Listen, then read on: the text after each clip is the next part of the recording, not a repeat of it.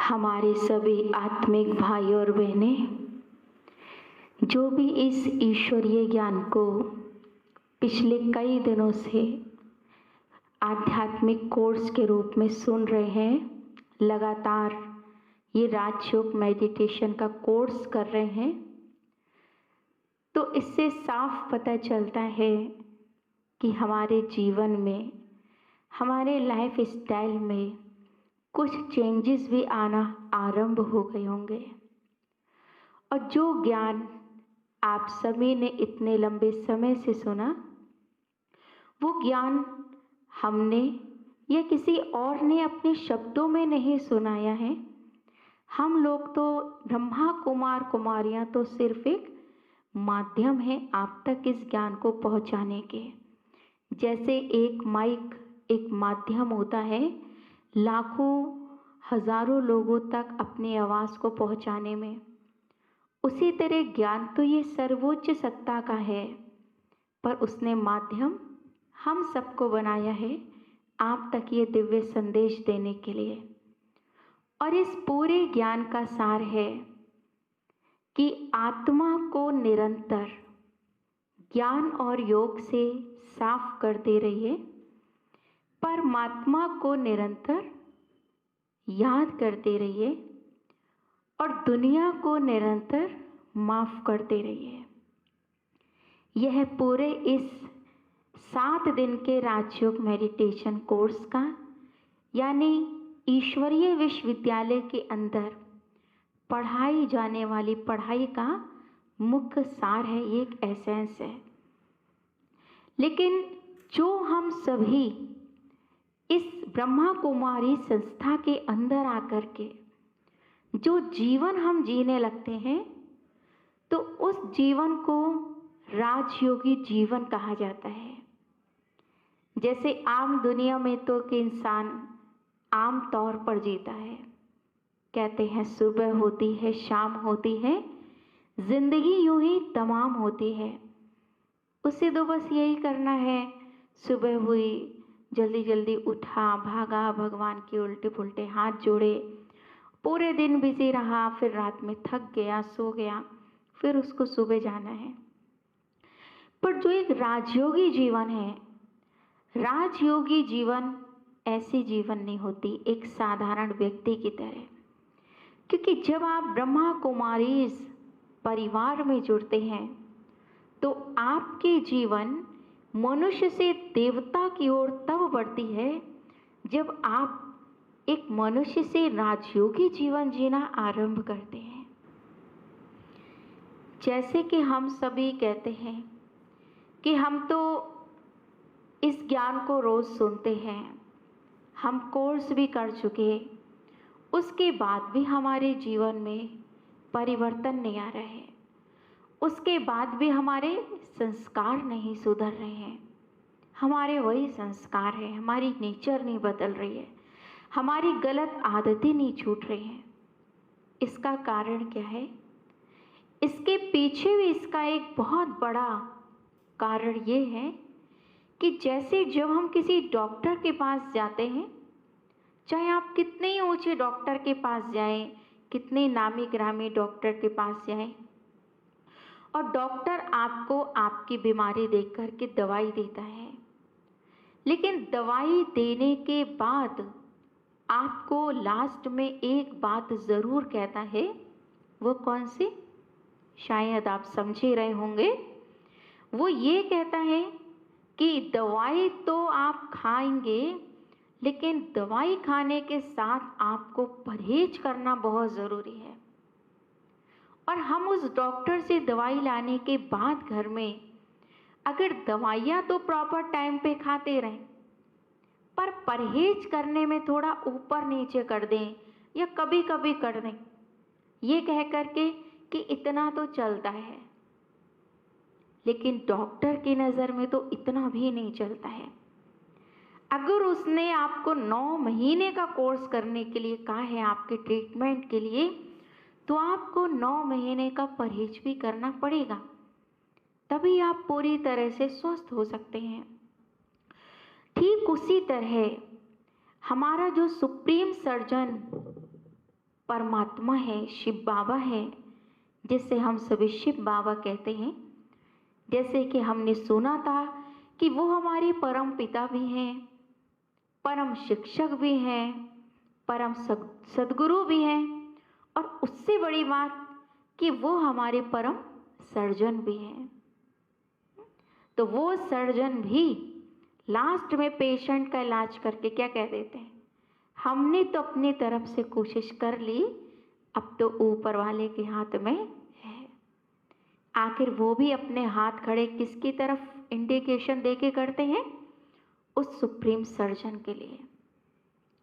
तो वैसे ही हमने अभी तक परमात्मा की इस राजयोग मेडिटेशन कोर्स जो ब्रह्मा कुमारीज की तरफ से आप सभी को कराया गया, हम सभी ने कोर्स किया, इतना ऊंचा ज्ञान सुना। हो सकता है मेडिटेशन भी किया हो आपने, समय निकाल करके चिंतन भी किया हो, आत्मचिंतन और परमात्मा चिंतन। लेकिन उसके बाद हमें जीवन में एक राजयोगी जीवन अगर जीना है, साधारण जीवन की हम बात नहीं कर रहे हैं, अगर हमें राजयोगी जीवन जीना है तो आपको यहाँ पर कुछ चीज़ों का परहेज करना पड़ेगा, जो कि हमें हमारे उस सुप्रीम सर्जन ने बताया है। मनुष्य से देवता बनना है, इतनी जन्म की बीमारी, यानी 5000 साल में जो आत्मा 84 जन्म लेते लेते जो चक्र लगा के आई, और उन 84 सालों में 84 जन्मों में जो उसके अंदर बुराइयां बुरी तरह लिप्त हो गईं, अब उन सब बीमारियों को, विकारों को खत्म करने के लिए हमें कुछ नियमों की आवश्यकता है। हम फोर्सली नहीं कहते हैं कि आपको ये करना ही करना है, अगर आप करेंगे तब भी इसमें चल सकते हैं ज्ञान में, और नहीं करेंगे तो नहीं चल सकते, नहीं। आप जितना करेंगे आपको उतना फायदा होगा। आप जब से करेंगे आपको तब से फायदा होगा, कोई फोर्स नहीं है। आप बाकी करें या नहीं करें ये आपकी मर्जी है, ये ऑप्शनल है। लेकिन अगर करते हैं तो हम पूरी तरह से आत्मिक और मानसिक तौर पर स्वस्थ हो सकते हैं।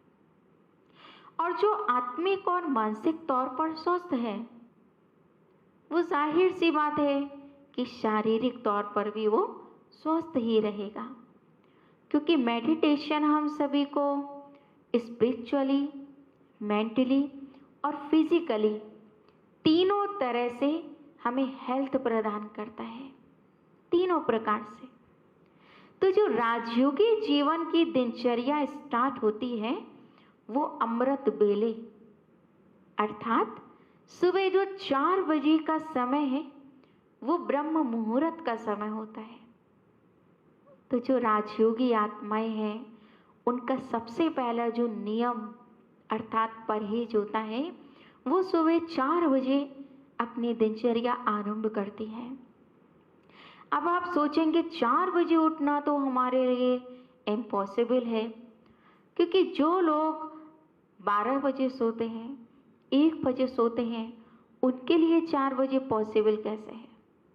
ये तो बात उसी की तरह हो गई जैसे कि आप 12 बजे सोए, लेकिन अगर आपकी ट्रेन, आपको कहीं जाना है और 4 बजे आपको ट्रेन पकड़नी है, तो आप किसी भी कीमत पे 4 बजे ट्रेन पकड़ने से पहले आप उससे बहुत देर पहले उठेंगे, क्योंकि पता है ना कि मुझे 4 बजे ये बहुत इम्पोर्टेंट काम पहले करना है, नींद तो बाद में देखी जाएगी। क्योंकि कहा जाता है जो 4 बजे उठते हैं वो राजयोगी आत्माएं होती हैं। राजयोगी आत्माएं अपनी जो दिन की शुरुआत है वो सुबह 4 बजे से करते हैं। 5 बजे के बाद उठते हैं भक्त आत्माएं, और 7 बजे उठती हैं भोगी आत्माएं, और 9 बजे उठती हैं योगी आत्माएं। और वियोगी आत्माओं का तो कोई टाइम ही नहीं होता है। वियोगी आत्माएं तो जब उठ गए जब तैयार हो गए, जब फ्रेश हो गए, तभी वो भगवान के आगे हाथ जोड़ लेते हैं।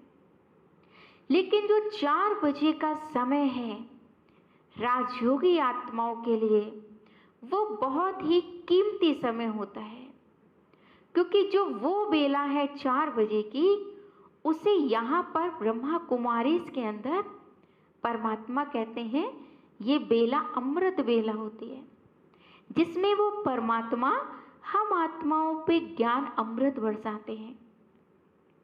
सोचिए, ज्ञान अमृत जिस समय बरसने का टाइम हो और उस समय हम बजाय लेने के सो रहे हों, तो हम तो इससे वंचित रह जाएंगे। तो 4 बजे राजयोगी आत्माएं परमात्मा की सुबह उठ करके गुण, शक्तियां, वरदान विरासत के रूप में उससे प्राप्त कर लेते हैं, और हमें स्वतः परमात्मा से ये सारी चीजें मिलती हैं। हमें मांगना नहीं पड़ता भगवान दो, क्योंकि 4 बजे भगवान आता ही हमारे लिए है, हमें देने के लिए है। इसीलिए आपने ये कहावत सुनी होगी, जो जागे सो पावे, जो सोवे सो खोवे। तो जागने की बात 8 बजे के बाद नहीं, जागने की बात सुबह जल्दी उठने की है, कि जब हम सुबह जल्दी उठ के अपनी बुद्धि रूपी झोली 15 मिनट के भी अगर आप मेडिटेशन करके चार्ज कर लेते हैं अपने आप को, तो पूरा दिन आप एनर्जेटिक रहते हैं। जैसे मान लीजिए आपका एक मोबाइल है, मोबाइल आपका चाहे 20,000 का हो या 50,000 का हो, उस मोबाइल के अंदर सारे फंक्शंस हैं, लेकिन अगर वो मोबाइल आप चार्ज नहीं करें और यूज़ बहुत करें, तो क्या होगा? उसके अंदर फंक्शंस ज़रूर होंगे, पर वो बिना काम के होंगे। वो मोबाइल अगर चार्ज नहीं है, तो आप खुद ही कह देंगे कि ये तो डिब्बा है, कोई काम का नहीं है, क्योंकि चार्ज ही नहीं हुआ, आज लाइट ही नहीं थी।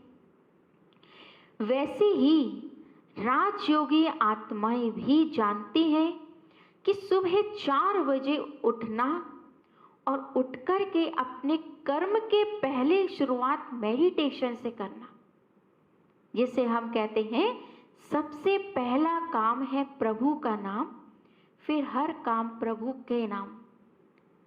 तो राजयोगी आत्माएं सुबह 4 बजे से जो 4:45 का समय परमात्मा मिलन का होता है, परमात्मा से गुण और शक्तियां बुद्धि रूपी झोली में भरने का जो समय होता है, वो सुबह ही अपनी आत्मा रूपी बैटरी को उस परमात्मा रूपी पावर हाउस से चार्ज कर लेती हैं।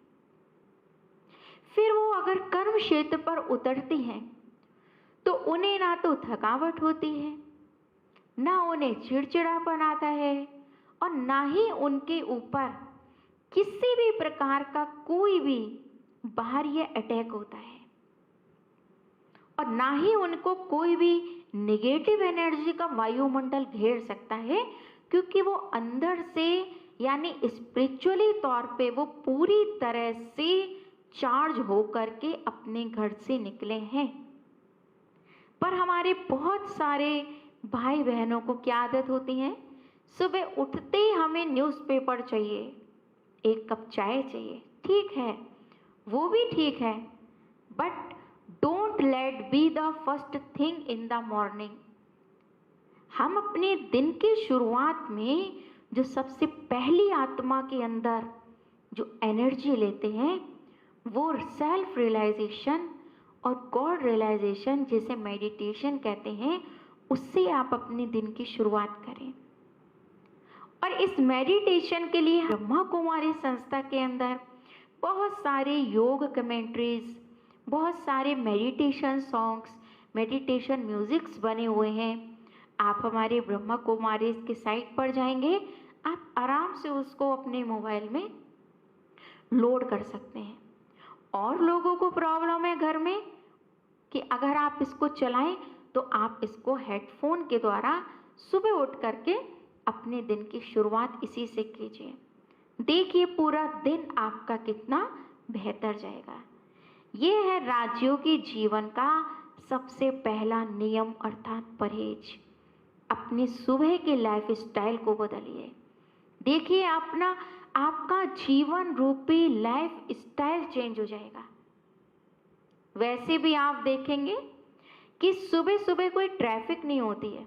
अगर हमें कहीं जल्दी निकलना हो ना, तो हम क्या कहते हैं, अरे सुबह निकल लेंगे, सुबह बिल्कुल रोड खाली मिलेगी। उसी तरह जब हम आत्माएं मॉर्निंग आवर्स में, जो सुबह 4 बजे उठने का समय, 4 से 5, जिसे हम अमृत बेला कहते हैं, उसको कहते हैं गोल्डन आवर्स। तो जब हम उन गोल्डन आवर्स में अर्ली मॉर्निंग उठ करके अपनी आत्मा रूपी बैटरी को चार्ज करते हैं, तो कोई और संकल्पों का ट्रैफिक नहीं होता है हमारे मन के अंदर।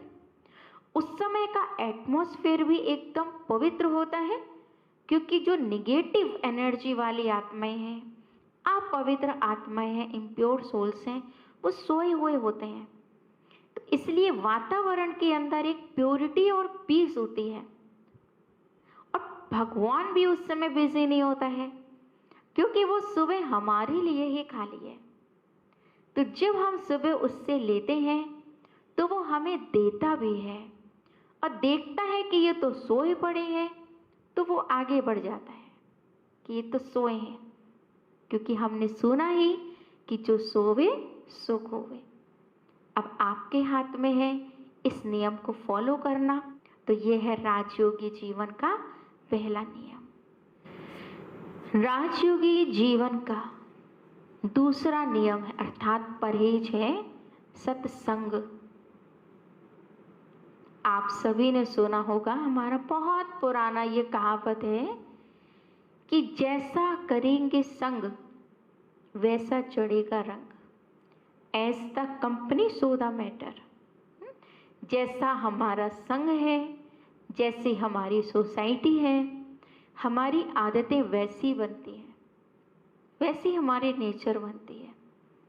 जैसे आप देखिए कि अगर कोई भी मनुष्य अच्छा खासा, अच्छे संस्कार वाली आत्मा, अच्छे संस्कार वाला बच्चा, अगर एक गलत संस्कार वाले बच्चे का संग कर ले, जिसे टीवी देखने का शौक है, जिसे मोबाइल में इंटरेस्ट है, जिसे बाहर की बातों में इंटरेस्ट है, जिसे पिक्चरें देखने का शौक है, जिसे हो सकता है स्मोकिंग का भी शौक हो, गुटखा खाने का भी शौक हो, शराब पीने का भी शौक हो, सोचिए जब अच्छी आत्मा उसके संपर्क में आएगी और उसे अपना साथी बना लेगी, तो उसका जो असर है वो नेचुरल है, एक दिन में तो नहीं, लेकिन कुछ दिनों में उसके अंदर ज़रूर आने लगेगा। क्योंकि जो टोन उसके साथी की होगी बात करने की, हो सकता है गालियां दे के भी उसकी आदत हो बात करने की, तो वही टोन जो एक अच्छी आत्मा है उसके अंदर भी आने लगती है। फिर जब वो बच्चा अपने घर में जाता है तो वही हरकतें करता है, वही टोन में अपने परिवार से बात करता है, तो उसके पेरेंट्स क्या कहते हैं, पता नहीं पहले तो ये ऐसा नहीं था, लेकिन जब से ये उसका साथ इसने किया है, इसे गलत सोसाइटी मिली है, तो इसकी तो नेचर ही बदल गई है, इसके तो संस्कार ही बदल गए, अब तो ये हमारी सुनता ही नहीं है, पता नहीं ऐसे कौन सा रंग संग चढ़ गया है, कौन से संग का रंग इसके ऊपर असर कर रहा है। तो ये है कंपनी का मैटर।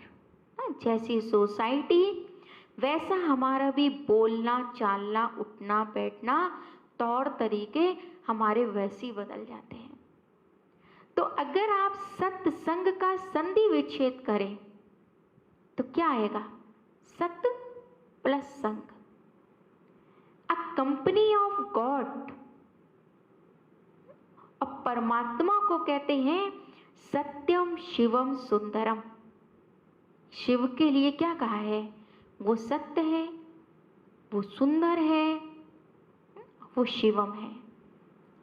तो जब हम आत्माएं उस सत्य परमात्मा का संग करती हैं तो हमारी जो ये लाइफ स्टाइल है बदलने लगती है।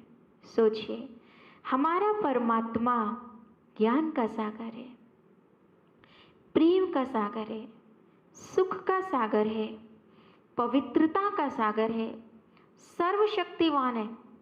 तो जब आप उसका साथ करेंगे तो आपके अंदर भी शांति, पवित्रता, उसकी शक्तियाँ नेचुरली आपके अंदर आने लगेंगे। आप चाहें या नहीं चाहें, अपने आप ही उसकी गुण शक्तियाँ उसका साथ करने से आने लगते हैं। क्योंकि जिस माहौल और जिस वातावरण में रहते हैं हम, उसका अफेक्ट हमारे ऊपर ना पड़े, ऐसा नहीं हो सकता। तो यहाँ पर भी ब्रह्मा कुमारी संस्था के अंदर भी डेली स्पिरिचुअल क्लास होती है और उस डेली स्पिरिचुअल क्लास में यहाँ रोज भगवान जो हमें ज्ञान सुनाते हैं उसे हम सरल भाषा में कहें मुरली कहते हैं। वो मुरली डेली सुनने के लिए इस संस्था से जुड़े हुए सभी भाई बहन आते हैं। अभी तो खैर परिस्थिति ऐसी है कि सब नहीं आते हैं, लेकिन कुछ लोग कुछ आते भी हैं और कुछ लोग अपने घरों में, मोबाइल में, व्हाट्सएप पे आदि पे सुनते हैं। तो जो इस ईश्वरीय विश्वविद्यालय के अंदर पढ़ाई पढ़ाई जाती है, उस सत्यम शिवम सुंदरम की, भगवान की रोज स्पिरिचुअल क्लास को हम मुरली कहते हैं, उसकी वाणी को। जैसे कोई महात्मा के वाक्य होते हैं तो हम महात्मा के वाक्यों को क्या कहेंगे, ये महात्मा जी के वाक्य हैं। लेकिन जो परमात्मा बोलते हैं हम उनकी बातों को महावाक्य कहते हैं। ये है परमात्मा के महावाक्य। तो परमपिता परमात्मा रोज जो उसने हमें 1936 से 1969 तक जो ब्रह्मा बाबा के तन में आकर उनके मुख के द्वारा जो उसने हमें जीवन को बदलने का एक ज्ञान सुनाया, उस ज्ञान को ही मुरली कहा जाता है। मुरली बजाने वाले की बात नहीं कर रहे हम यहाँ, परमात्मा शिव बाबा के महावाक्यों को की मुरली की हम यहाँ पर आपसे बात कर रहे हैं। और उस मुरली में आप देखेंगे 5 अक्षर आते, 5 अक्षर से मुरली शब्द बना है मिलके, माँ, ऊ, रा, ला और ई। ये 5 अक्षर से मुरली शब्द बना है। तो मुरली जब हम रोज भगवान की ब्रह्मा कुमारी परिवार में आकर सुनते हैं तो माँ से मधुरता आने लगती है जीवन में, ऊ से हम उपराम होने लगते हैं पुरानी बातों से, रा से हमारे जीवन में रमणीकता आने लगती है, ला से हम अपने लक्ष्य को प्राप्त करते हैं कि जो मानव जीवन का लक्ष्य है, नर से श्री नारायण और नारी से श्री लक्ष्मी बनना, और ई से ईश्वर से हमें रोज शक्ति मिलती है। तो ये महावाक्य जब हम रोज सुनते हैं तो आत्मा के अंदर जैसे पावर आ जाती है। अब जैसे आप देखिए, सुबह सुबह उठ करके आप न्यूज़पेपर में या टीवी में अगर हम पुरानी खबरों को सुनते हैं, अब आपने अपने मन के अंदर जो इंफॉर्मेशन थी वही नेगेटिव डाल दी, तो सोचिए पूरा दिन मन आपकी क्या स्थिति को प्राप्त करेगा, मन की पूरे दिन क्वालिटी क्या होगी एक नेगेटिव इंफॉर्मेशन डालने के बाद। और मन की जो क्वालिटी होगी उसके आधार से ही बुद्धि आपकी काम करेगी, और जैसी बुद्धि काम करेगी वैसे आपके कर्म होंगे। क्यों? क्योंकि सुबह उठते ही आपने पुरानी बातों को सुन लिया, इसको आपने माइंड में डाल करके आप घर से निकले। पढ़िए, कोई गलत बात नहीं, पर सुबह उठते ही जो हमारी दिनचर्या राजयोगी जीवन की जो आरंभ होती है वो परमात्मा के महावाक्यों से होती है। सुबह 4 पेज का पहले आप परमात्मा का न्यूज़पेपर पढ़िए। इसे कहते हैं एक आध्यात्मिक न्यूज़पेपर। इसे सुनकर के जैसे कि आपके जीवन में एक अनोखा परिवर्तन आने लगता है। परमात्मा इस आध्यात्मिक ज्ञान और आध्यात्मिक न्यूज़पेपर से हम सभी के जीवन को जैसे कि बदलते हैं। रोज शिव बाबा हमें इस मुरली के माध्यम से हमें पूरे दिन के लिए अपने एक डायरेक्शन देते हैं।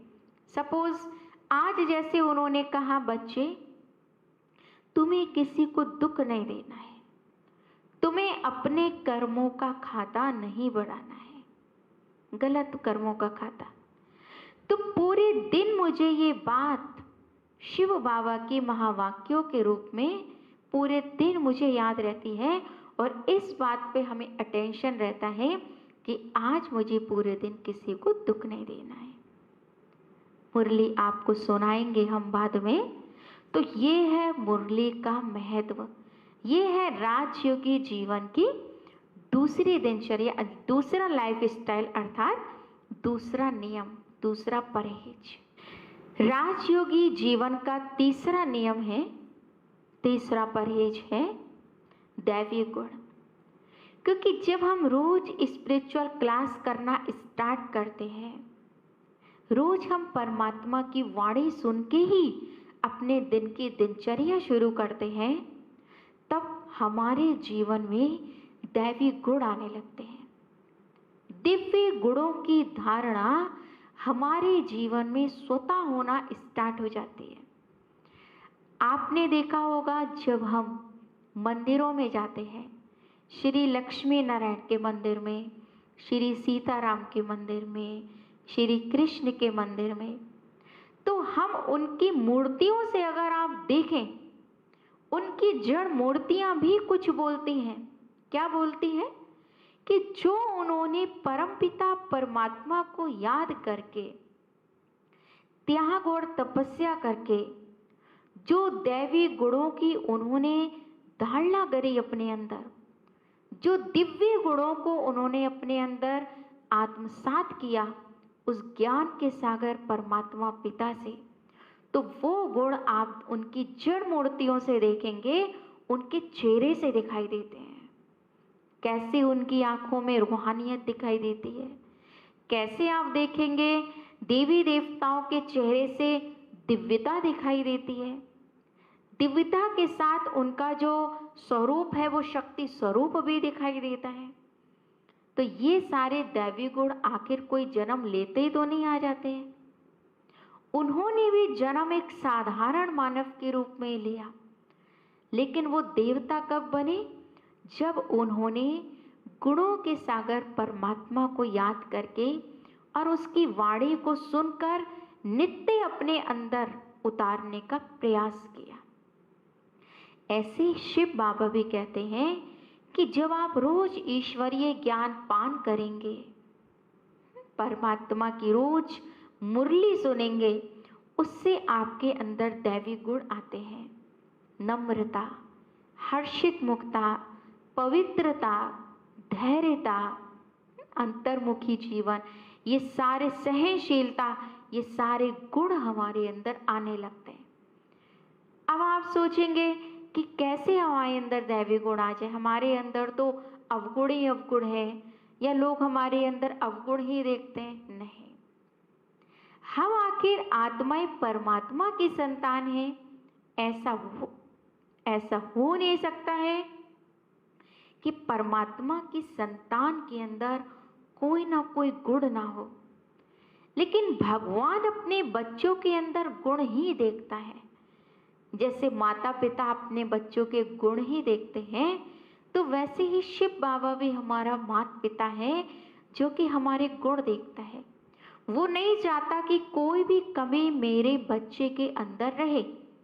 तो जैसे माता पिता अपने बच्चे की कमियों को दूर करने के लिए उन्हें रोज शिक्षा देते हैं, रोज शिक्षा देते हैं कि ऐसा नहीं करना बेटा, ऐसा नहीं करना, हम तो आपके भले के लिए कहते हैं।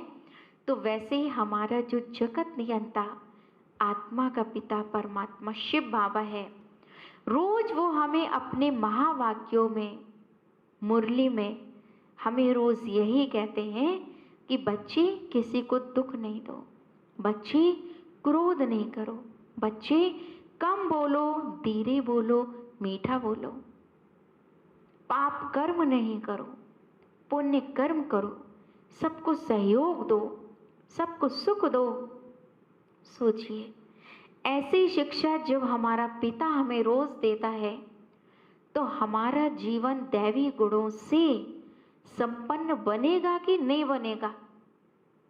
एक छोटा सा उदाहरण है कि अगर आप गंदे पानी के बाल्टी को, गंदे कचरे से भरी हुई बाल्टी को, डस्टबिन को अगर आप एक टंकी के नीचे रख दें और टंकी को आप तेज खोल दें, तो एक समय ऐसा आएगा कि उससे सारा कचरा निकल जाएगा और उसमें साफ पानी भरना स्टार्ट हो जाएगा। वैसे ही हम आत्माओं में जन्म जन्मांतर के जो पुरानी बुराइयों के संस्कारों का जो किचड़ा भरा हुआ है, तो इस राजयोग और ज्ञान से रोज उस किचड़े को हमें खत्म करना है, उससे निरंतर शक्तियां लेते रहना है। और एक समय ऐसा आएगा कि आप 16 कला संपूर्ण और सर्वगुण संपन्न देवी और देवता बन जाएंगे। नर श्री नारायण और नारी श्री लक्ष्मी के समान बन जाएगा, क्योंकि डॉक्टर, इंजीनियर, प्रेसिडेंट, टीचर सब यही बने हैं, और यहाँ बने हैं तो पढ़ाई भी उन्होंने यही करी है। तो हमें भी देवी देवता बनना है तो उसके लिए दैवी गुण चाहिए पहले। तो जब संस्कारों में दैवी गुण आने लगते हैं तब स्वतः लोग हमें कहने लगते हैं कि अरे ये तो देवता है। जैसे किसी की वाणी बहुत मीठी है, किसी का नेचर बहुत स्वीट है, किसी के अंदर बड़े सहयोग देने के संस्कार हैं, तो हम उसे क्या कहते हैं? ये तो देवता है। तो देवता हमारे संस्कारों के और स्वभाव के आधार से हमें यही टाइटल मिलता है। तो जब हम परमात्मा की शिक्षाओं को सुन करके, उसकी श्रीमत पर चल करके जब हम रोज उसके गुणों को धारण करते जाएंगे, तो स्वाभाविक है हमारे अंदर से अवगुण अपने आप ही निकलते जाएंगे। ये है राजयोगी जीवन का तीसरा नियम, अर्थात तीसरा परहेज, दैवी गुणों की धारणा। राजयोगी जीवन का अभी चौथा आधार, चौथा नियम है पवित्र भोजन। जैसे हमने संग के लिए सुना, जैसा करेंगे संग वैसा चढ़ेगा रंग, उसी तरह भोजन के लिए भी बोला जाता है, जैसा करेंगे अन्न वैसा होगा मन। As the food so the mind. Food का ही इफेक्ट हमारे मन के ऊपर पड़ता है। और जो राजयोगी आत्माएं हैं वो कभी भी ऐसा वैसा भोजन नहीं करते हैं। आज भी आप देखेंगे जो बड़ी महान आत्माएं होती है ना, वो अपने भोजन का बहुत ध्यान रखते हैं। उनका जो भोजन होता है एकदम पवित्र और सात्विक होता है। वैसे तो कहा जाता है कि भोजन के भी 3 प्रकार हैं। एक भोजन होता है सात्विक, दूसरे प्रकार का भोजन होता है राजसी, और तीसरे प्रकार का भोजन होता है तामसिक। तो जो सात्विक भोजन है वो सात्विक भोजन अर्थात पवित्र भोजन। अब पवित्र भोजन आप समझ ही गए होंगे, जो हमारा लहसुन प्याज रहित हो, जिसके अंदर किसी भी प्रकार की कोई भी अशुद्ध चीज ना बने, जो सिर्फ वेजिटेरियन हो, उसे कहते हैं सात्विक आहार। दूसरे प्रकार का जो राजसी भोजन होता है वो हुआ बड़ा ऑयली फूड, जो हम बहुत तेज मसालों का, बहुत तला भुना, ऐसा भोजन, बहुत स्पाइसी भोजन जो हम लेते हैं, वो है राजसी भोजन। अब सोचिए, जैसा भोजन होगा वैसे हमारे मन के विचार होंगे। और तीसरे प्रकार का जो भोजन है वो होता है तामसिक भोजन। तामसिक भोजन क्या हुआ? अंडा, मीट, मछली, लहसुन, प्याज, शराब, गुटखा, नॉनवेज, ये सब तामसिक भोजन में आता है। अब आप सोच सकते हैं कि हमारे विचारों के आधार से ही हमारी जीवन है। तो जो राजयोगी आत्माएं होती हैं, वो सिर्फ सात्विक आहार ही नहीं लेती हैं, क्योंकि इस संसार में सात्विक आहार लेने वाले भी बहुत हैं। सात्विक आहार का मतलब ये नहीं कि आप सिर्फ प्योर फूड खा रहे हैं तो आपके विचार भी शुद्ध है, नहीं। शुद्ध विचारों में बने हुए भोजन को ही हम सात्विक भोजन कहते हैं। एक आप होटल का खाना खा के आइए, दूसरा आप कोई कहीं किसी की मृत्यु हो जाती है, कहीं जो हम वो वाला खाना खाते हैं उसके विचारों का प्रभाव देखिए। तीसरा, एक अपने घर में अपनी माँ के द्वारा बनाया हुआ खाना खा के देखिए। चौथा, एक मेड सर्वेंट के द्वारा बनाया हुआ खाना खा के देखिए। और पांचवा, आप मंदिर, धार्मिक स्थान, आध्यात्मिक स्थान का खाना खाकर देखिए।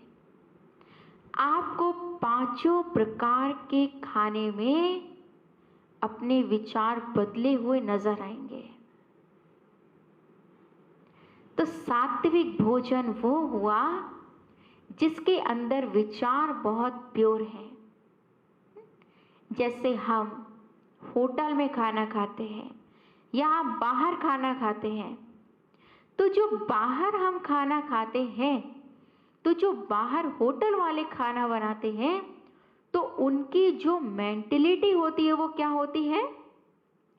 हम कमाएं आप खाओ, या आप खाओ और हम कमाएं।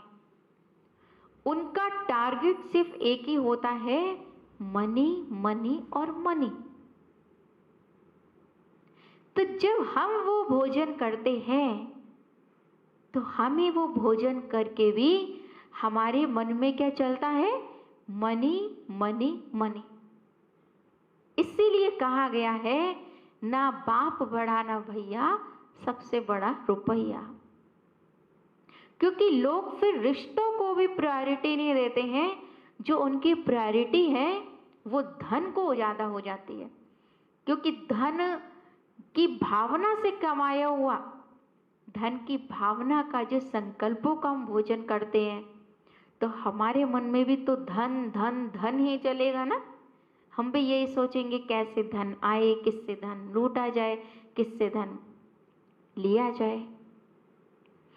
दूसरे विचारों का खाना होता है कि आपके घर में अगर कोई बनाने आता है, तो अगर उसके विचार आज बहुत परेशानी के हैं, आज कोई भी जो आपके घर में मेड सर्वेंट आदि खाना बनाने आई है या बनाने आया है, तो हो सकता है उसके घर में बड़ा कलह कलेश हुआ हो, या बड़ी वो मानसिक तौर पे बड़ी समस्याओं से, परेशानियों से गुजर रही हो, बहुत तनाव में हो।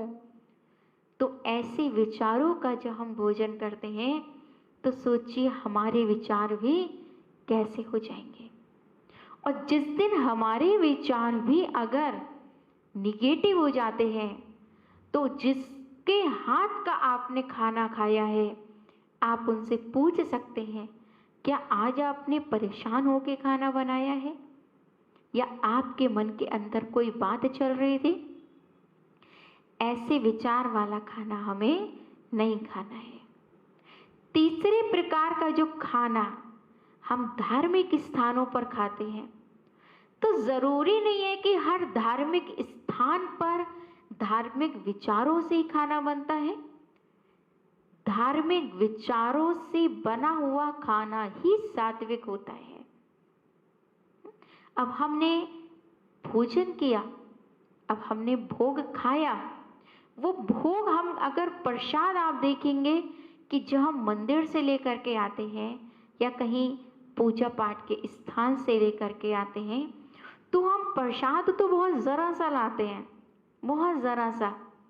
लेकिन जब हम उस प्रसाद को, इतना सा प्रसाद, वो हलवा भी होगा या बूंदी भी होगी, तो जब आप उससे अपने घर ले करके जाते हैं, तो जितने भी लोग रास्ते में आपके परिचित मिलते हैं, सबको थोड़ा थोड़ा थोड़ा थोड़ा हम देते जाते हैं। वो क्या कहते हैं? प्रसाद है, प्रसाद है, प्रसाद है। और घर जाके हम सबको देते हैं। अब प्रसाद में क्या था? एक नॉर्मली सा हलवा ही तो था। वो आपने जरा सा हलवा ही तो दिया उनको, पर बड़ी ऊंची भावना के साथ दिया, ये लो हलवा है, ये लो प्रसाद है। बात यहाँ हलवे की नहीं थी, बात थी कि उसके अंदर जो एनर्जी, जो उसके अंदर पवित्र विचार मिले हुए थे, उन विचारों के आधार से वो भोग बन गया था। तो क्या ऐसा भोग आप अपने घर में नहीं बना सकते हैं? निश्चित है बना सकते हैं। अगर हम अपने घर में कलह कलेश करके भोजन बनाएंगे, चलिए भले हम सात्विक खाना भी बना रहे हैं, लेकिन आप अपने घर में लड़ाई झगड़ा कलह कलेश करके बना रहे हैं, तनाव में आके बना रहे हैं, किसी से बदला लेने की ईर्ष्या रख के भावना से बना रहे हैं, तो सोचिए वो वाइब्रेशन तो पहले आपने अपने भोजन में डाले ना, और फिर जो उसे खाएगा तो उसके मन के अंदर भी वही चलेंगे।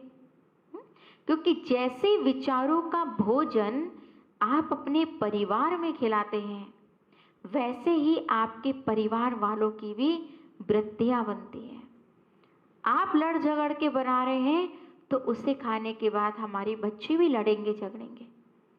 तो जो विचारों का ही यहाँ सारा खेल है। अगर आप उसी भोजन को पवित्र विचारों से बनाइए, आज से राजयोगी जीवन अगर हम जीना चाहते हैं, तो अपने भोजन के प्रति भी अपना लाइफ स्टाइल चेंज करें, खाने का स्टाइल चेंज करें। क्या? सबसे पहली बात कोशिश तो यही करें कि हम खुद बनाएं। तो खुद बनाते हैं तो खुद बना करके आप उसके अंदर प्योर फीलिंग्स डालिए। मैं पवित्र आत्मा हूँ, मैं शक्तिशाली आत्मा हूँ, मैं महान आत्मा हूँ, मैं शांत आत्मा हूँ। प्यारे शिव बाबा, जो भी इस भोजन को खाए उसका मन शांत हो जाए, बुद्धि पवित्र हो जाए, तन उसका स्वस्थ हो जाए, उसका जीवन खुशियों से भर जाए। ऐसे विचारों के साथ जब आप उस खाने को बनाएंगे और सबसे पहले परमात्मा को स्वीकार कराएंगे, क्योंकि कहते हैं हमारे घर में जो सबसे बड़ा है वो परमात्मा है। शिव बाबा हमारे घर का मुखिया है, और आपने अगर उसे ही नहीं खिलाया और बाकी सबको खिला दिया, तो वो क्या सोचेगा कि हमें तो पूछा भी नहीं। तो हालांकि भगवान इस चीज से वंचित है, वो अभोक्ता है, लेकिन फिर भी हमारा फर्ज है जो हम बनाते हैं पहले उसको ऑफर करें, भोग स्वीकार करें। तो ऐसा भोग तो आप रोज अपने घर में लगा सकते हैं, और ऐसे पवित्र विचारों के साथ जब आप भोजन बनाएंगे और अपने बच्चों को अपने परिवार में खिलाएंगे, तो देखिए कैसे आपका परिवार धीरे धीरे बदलने लगेगा। आपके परिवार में खुशियां आने लगेंगे, एक शांति का माहौल हो जाएगा, क्योंकि जैसा अन्न वैसा होगा सबका मन। तामसिक प्रकार का भोजन हमें किसी भी कीमत पर नहीं करना है, क्योंकि तामसिक उसको कहते हैं जो नॉन वेज होता है। जिस भोजन के अंदर, जो नॉन वेज खाने के बाद हम इतने सारे जानवरों की जो बद्दुआएं जो आह लेते हैं, वो दिल से आह निकला हुआ खाना जब आप खाएंगे तो आपके जीवन भी आह से ही भरपूर रहेगी। वैसे तो जब किसी की डेथ हो जाती है तो जो लोग बहुत दूर भी चल रहे होते हैं ना, उनकी अर्थी से बहुत दूर पीछे, तो वो भी उनका अंतिम संस्कार करने के बाद जाके घर आकर के नहाते हैं। क्या कहते हैं? आज हम किसी की मैयत में गए थे। तो उसी तरह जब हम एक प्राणी को खाते हैं, उसकी डेड बॉडी को खाते हैं, तो उसकी डेड बॉडी को खा के अपने पेट रूपी कब्र को हम क्या बना रहे हैं? कब्रिस्तान बना रहे हैं। तो आज हम उस मुर्दे को तो इस पेट में लेके घूमते हैं। इस पेट को आज के मानव ने, जो तामसिक भोजन करने वाला है, उसने कब्रिस्तान बना लिया है। सोचिए, ऐसा भोजन हमें नहीं करना है जो हमारे विचारों को अशुद्ध करे।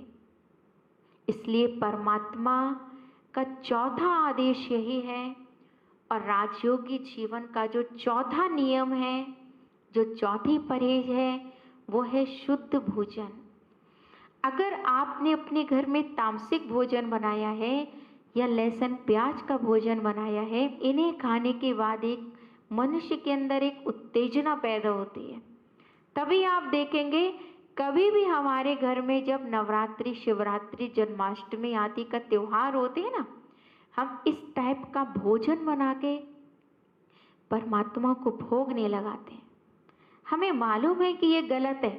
उस दिन हम लहसुन प्याज या सावन के महीने में हम लहसुन प्याज जब नहीं बनाते हैं, हमें पता है ये गलत है। परमात्मा को ना पसंद है, ना देवी देवताओं को पसंद है। तो ये है राजयोगी जीवन का चौथा स्तंभ। तो हम सभी ने सुना कि जैसे एक टेबल या कुर्सी को टिकाने के लिए 4 पाए की ज़रूरत होती है, 4 स्तंभ की ज़रूरत होती है। अगर एक भी पैर ऊपर नीचे है तो वो टेबल और चेयर इम्बैलेंस रहती है। वैसे ही राजयोगी जीवन के ये 4 स्तंभ हैं। अगर एक भी स्तंभ ऊपर नीचे है तो हमारी लाइफ इम्बैलेंस रहेगी। तो ये 4 नियमों का अगर आप पालन करने का प्रयत्न भी करते हैं तो ये आपके संस्कार बनते जाते हैं। धीरे धीरे आपके ये नेचर में आने लगता है और हमारा जीवन परिवर्तित हो जाता है। क्योंकि कहा जाता है पवित्रता सुख शांति की जननी है, माँ है। तो जहाँ पवित्रता है वहाँ सुख और शांति रूपी बच्चे ना आए उनके पीछे, ऐसा हो नहीं सकता। तो वो पवित्रता विचारों से आती है आपके अंदर, डेली स्पिरिचुअल क्लास करने से। आपके विचारों में वो पवित्रता पवित्र भोजन खाने से आती है। आपके विचारों में वो पवित्रता अच्छी और महान आत्माओं का संग करने से आती है। आपके विचारों में वो पवित्रता दैवी गुणों को धारण करने से आती है। तो योगी आत्माएं विचारों से भी पवित्र होती हैं। विचारों से पवित्र हैं तो वो तन से भी पवित्र है। क्योंकि जितना मन पवित्र होगा उतना उनका तन भी पवित्र होगा। नियम और संयम उनके राजयोगी जीवन के गहने होते हैं। तो जहाँ तन और मन की प्योरिटी है, वहाँ स्वाभाविक है कि आपके जीवन में सुख शांति रूपी बच्चे ना हो, ऐसा हो नहीं सकता है।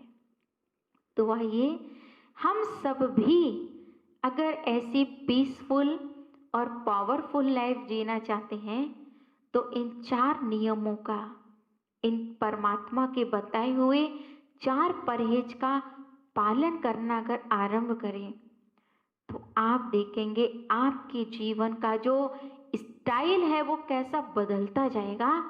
और लोग आपके जो संपर्क में आते हैं वो आपको सर्टिफिकेट देंगे कि अरे भाई आप तो बिल्कुल बदल गए हो, आपके अंदर ये परिवर्तन कैसे आया, हमें भी बता दो, हम भी आपकी तरह बन जाएं।